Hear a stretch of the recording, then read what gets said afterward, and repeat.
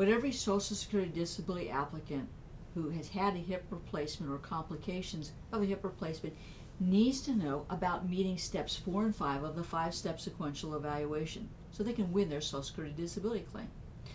If your hip replacement or its complications don't meet a listing at step 3, all is not lost. But you have to show at step 4 that you can't go back to the lightest job you held in the 15 years before you became disabled. And at step 5, you have to show that there isn't any other work in the national economy that you can do based on your age, education, transferable skills, and your residual functional capacity.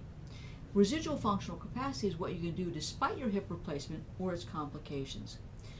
When you apply for Social Security disability benefits, the Social Security Administration looks at your medical records to try to figure out whether you can do sedentary work, light work, medium work, or heavy work.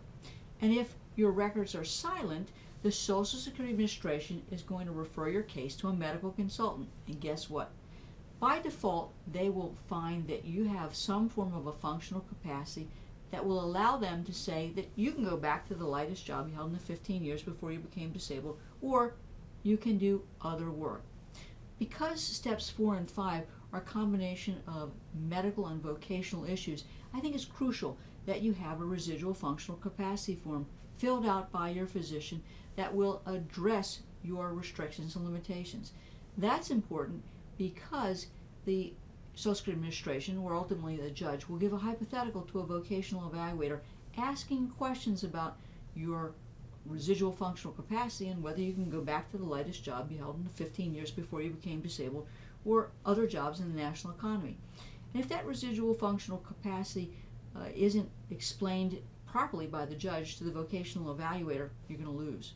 Now, the forms should address how far you can walk, whether you can walk effectively, how long you can stand and sit at one time and for an 8-hour workday, how much and how often you can lift, stoop, squat, and bend during an 8-hour workday, whether you have difficulty concentrating for a long period of time because of your pain, or whether you have to take naps or breaks because of your pain or discomfort, whether you would have difficulty maintaining the pace and concentration to start a task and complete a task on a timely basis, whether you've got good days or bad days and how many you have a week, whether you have days that you would miss from work every month and how many, whether you've got psychological problems including depression or anxiety that would interfere with your ability to work.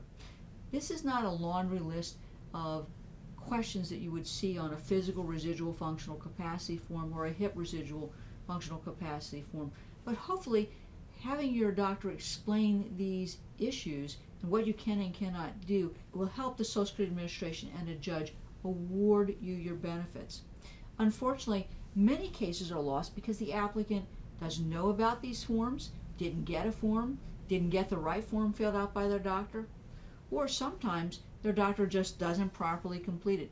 And worse yet is the doctor who says, I don't want anything to do with this. I'm not going to fill out a form. As you can see, these are some of the many reasons why you should have an experienced Social Security disability attorney like myself to represent you in your Social Security disability claim.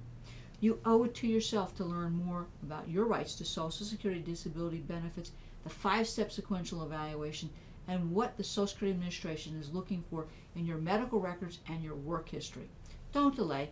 Call me today at 727-894-3188 for a complimentary consultation. Make the call. Cavey Law.